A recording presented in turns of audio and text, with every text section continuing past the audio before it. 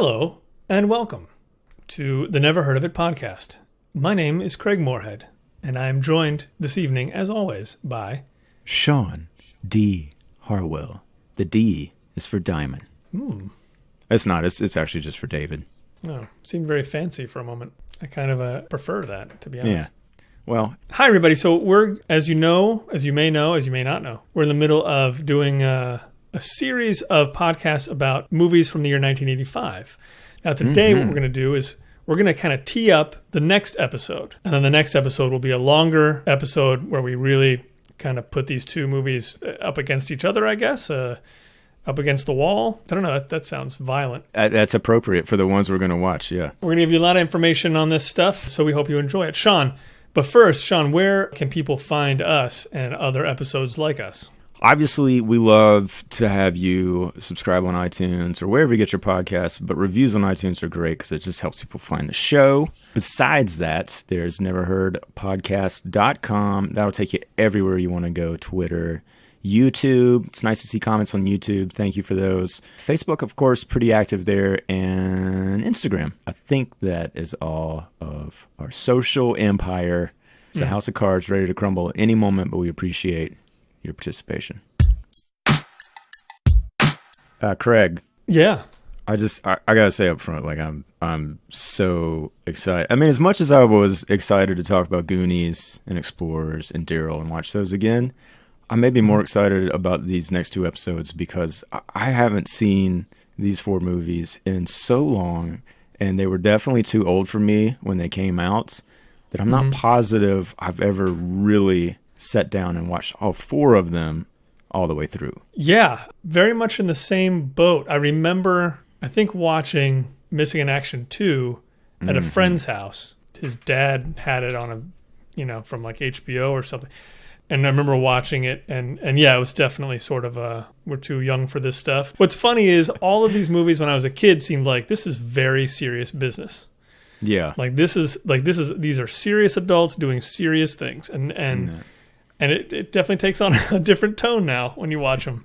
It does a little bit. But yeah, I'm also super excited. Yeah. So let's talk about who we got in the first one. Okay. I think maybe by the way that we got here was, again, we're looking at pairing things that are a little thematically connected or stylistically connected, and show the ones that were at the top of the box office in '85 and the ones that were a little bit further down.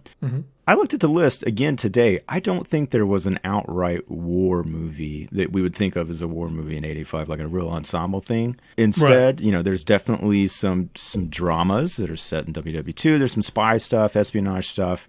There's a Revolutionary War movie with Al Pacino, which I think we have to watch. Yeah. But instead, obviously, this is the era of the action hero with a machine gun in his hand. And so we're going to cover our bases with Stallone, Schwarzenegger, and Chuck Norris in these two episodes. And which one are we doing the first episode? So the first episode is going to be Rambo First Blood Part 2 and Missing in Action 2. Isn't it after the colon called The Beginning? It is called The Beginning, yes. Yeah, there's some interesting stuff I found out about Missing in Action 2. There's not a lot of information about that movie. But what there is pretty interesting. But yeah, so we decided these two movies deal with Vietnam. Yeah. When I was a kid, obviously I didn't understand the ins and outs and like the finer details of what happened with Vietnam. It was just this war that seemed to exist in the movies. And it just seemed like there were a lot of movies about Vietnam. And they all seem to be about a guy who's going back to get his buddies. And then you saw Full Metal Jacket, and you were like, oh, okay. Right. Yeah. But yeah, these definitely seem like they're all about the singular hero. It's not. Yeah. There's no I in Rambo, as they say. That doesn't make any sense. I love that. These movies are very, just deadly serious. They're super quick. Both of them are about 90 minutes long. Thinking about it today, like, if you had Stallone, who was a major action star at the time, in a high-budget action movie, now it would be 2.5 hours long. Yeah. Just that fact makes it seem so much leaner and meaner already. So it's another reason why I'm looking forward to getting into it. I was saying it's worth reiterating, Rambo First Blood Part 2, #2 movie at the box office that entire year. Yeah. I watched the trailer today, and it looks so incredibly violent. And to think that, you know, the #1 movie was Back to the Future, and then you've got something like this, which is, it just screams polar opposite and playing to a much more specific crowd. $150 million, man, that's a huge, huge thing. So yeah, I'm excited to see it live up to that. Well, yeah, I mean, you know, you got the poster. It's a wall of fire behind him, and he's all greased up and muscular, holding a gigantic, like, Russian bazooka. Mm-hmm. And that's your ad campaign. Yep. And I mean, people went to it in droves. I mean, all around the world. It was a huge movie. Mm-hmm. The budget on it, just to get into a few finer points, $44 million, which was very high at the time. And the final tally was $150 million domestically and $300 million total. The first film in the U.S. to be shown apparently on over 2,000 screens. No kidding. Crazy. Yeah. Yeah. Made all that money and then won a ton of Razzies that year. Yeah, no one seemed to like it very much. I actually watched the Siskel and Ebert review on TV, and theirs was pretty positive, but even theirs was like, almost nothing in the movie makes any sense. Surely, like, 75% of all the stuff is completely impossible. Mm-hmm. And yet it's just super fun to watch. Sure, Rambo pops up in places and you don't have no idea how he got there. In a way, it's kind of, you know, it sounded kind of like a slasher movie. Yeah. Like, how did the killer get inside the house? Well, It doesn't matter. Anyway, they seem to think it was just fine. That's great. And so Missing in Action 2 didn't quite do so hot in comparison. Not quite as well. Much further down the list at number 77 here. Yeah, I mean, this is a good year for Chuck Norris. He's got 3 movies in the top 100 this year with Code of Silence and Invasion USA. And the crazy thing is, so Rambo was $44 million that year. Missing in Action 2 had a budget of $2.4 million.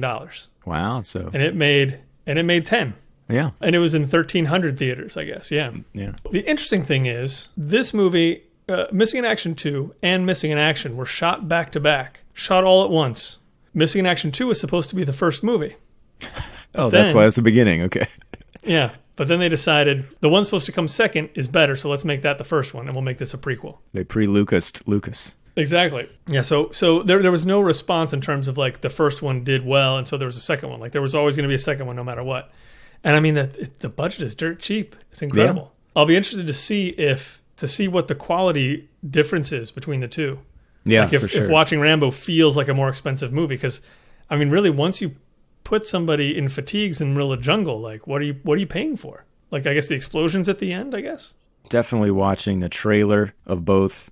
It looked like you could see the money on the screen a little bit, but we'll see. We'll see. It's definitely worth pointing out that both of the Chuck Norris movies that we're going to talk about in this set from the lovely Canon Films, and if you haven't seen Electric Boogaloo, that documentary, so good. Yeah, I got to see that. Now, the other thing that I found really interesting, and I'm afraid I'm going to be the very last guy to have found this out. I had no idea that James Cameron wrote this script. Me either. It's news to me. He wrote it. Sylvester Stallone rewrote it, and there seems to be a little bit of beef because Sylvester Stallone says he rewrote almost everything. He said there are like 2 scenes that's still in there from Cameron's original script. Wow. And Cameron was writing this at the same time as Aliens. And he said he literally he set up 2 desks in his house in 2 different rooms. Of course he did. He'd get stuck on Rambo, he'd go and work on Aliens, which is just crazy to me. Yeah, so he worked on that. But the other interesting thing is, I'm trying to find more like confirmation on this because I just read it in an article and there wasn't really anything cited, but it was sort of spoken as if this was known. But apparently, Missing in Action, those movies were based on the script that James Cameron wrote for this movie. Somebody better get the Writers Guild online. Yeah. Yeah. Settle this. Yeah, we better figure that out. But yeah, I mean, those are going to be our 2 guys, our 2 war heroes, our 2 sullen dudes. Well, let's make some predictions, shall we? Oh, please, let's predict. Which do you think is going to be the more enjoyable experience? Watching Rambo First Blood Part 2 or watching Mission in Action 2, The Beginning? I feel like Rambo will be. Okay.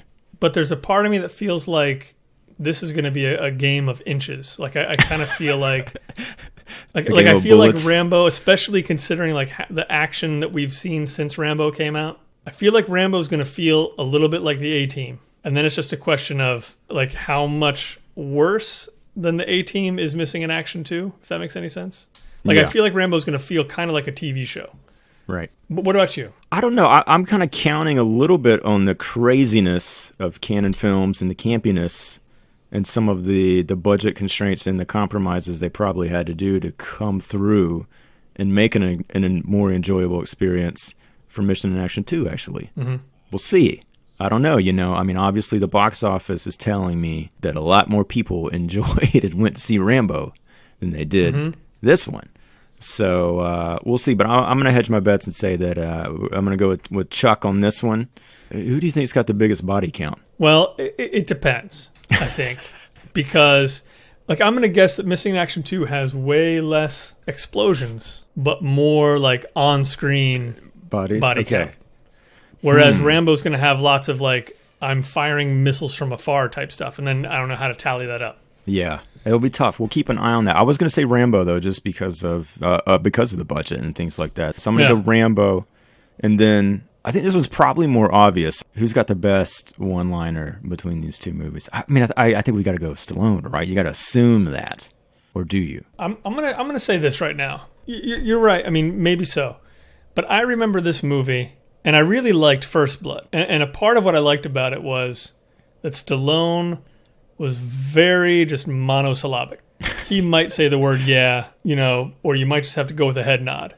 Are there any one-liners in Rambo? I don't know if there are any one-liners in Rambo. Well, I don't know, but I mean, like real one-liners. Yeah, but the less he says, that's what it makes the few things he does say that much more impactful. Maybe so. We'll say the awesomest line, so it doesn't have to necessarily be the cheesiest, sure. But yeah, I think Stallone's going to take that. I could be wrong. I hope I am wrong in some ways. I hope there's just some killer line in Mission in Action 2 that will blow me away. Yeah, it needs all the good lines it can get. Yeah. Anything else we should know about these two movies? Well, the only thing you should really keep in mind is that the movie that Stallone did before Rambo and Rocky IV, which also came out in 85. Yeah. So he had a big year.